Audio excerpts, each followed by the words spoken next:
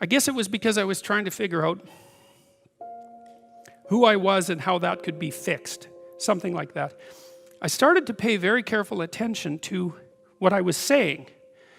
I don't know if that happened voluntarily or involuntarily, but I could feel a sort of split developing in my psyche, and the split, and I've actually had students tell me the same thing that has happened to them after they've listened to some of the material that I've been describing to all of you. But I split into two, let's say.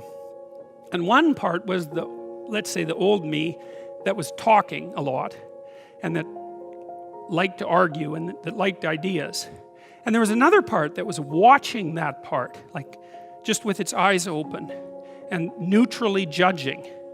And the part that was neutrally judging was watching the part that was talking and going, that isn't your idea. You don't really believe that. You don't really know what you're talking about. That isn't true. And I thought, that's really interesting. So now and that was happening to like 95% of what I was saying. And so then I didn't really know what to do. I thought, okay, this is strange. So maybe I've fragmented and that's just not a good thing at all. I mean, it wasn't like it was. Then I had this weird conundrum. It was like, well, which of these two things are me? Is it the part that's listening and saying, no, that's rubbish, that's a lie, you're doing that to impress people, you're just trying to win the argument, you know? Was that me, or was the part that was going about my normal verbal business me?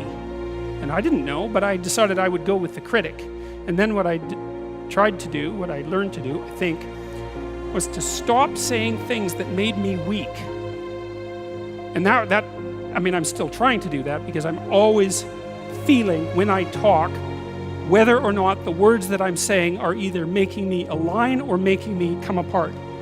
And I think the alignment, I really do think the alignment I think alignment is the right way of conceptualizing it, because I think if you say things that are as true as you can say them, let's say, then they come out of the depths inside of you. Because we don't know where thoughts come from. We don't know how far down into your substructure the thoughts emerge. We don't know what processes of physiological alignment are necessary for you to speak from the core of your being.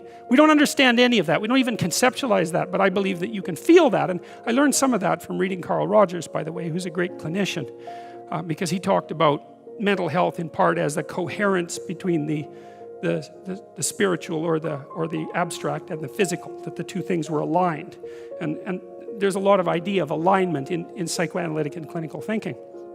But anyways, I decided that I would start practicing not saying things that would make me weak. And what happened was that I had to stop saying almost everything that I was saying. I would say 95% of it.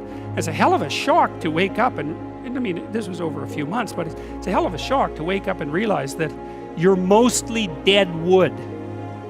It's a shock, you know, and you might think, well, do you really want all of that to burn off? It's like, well, there's nothing left but a little husk, 5% of you. It's like, well, if that 5% is solid, then maybe that's exactly what you want to have happen.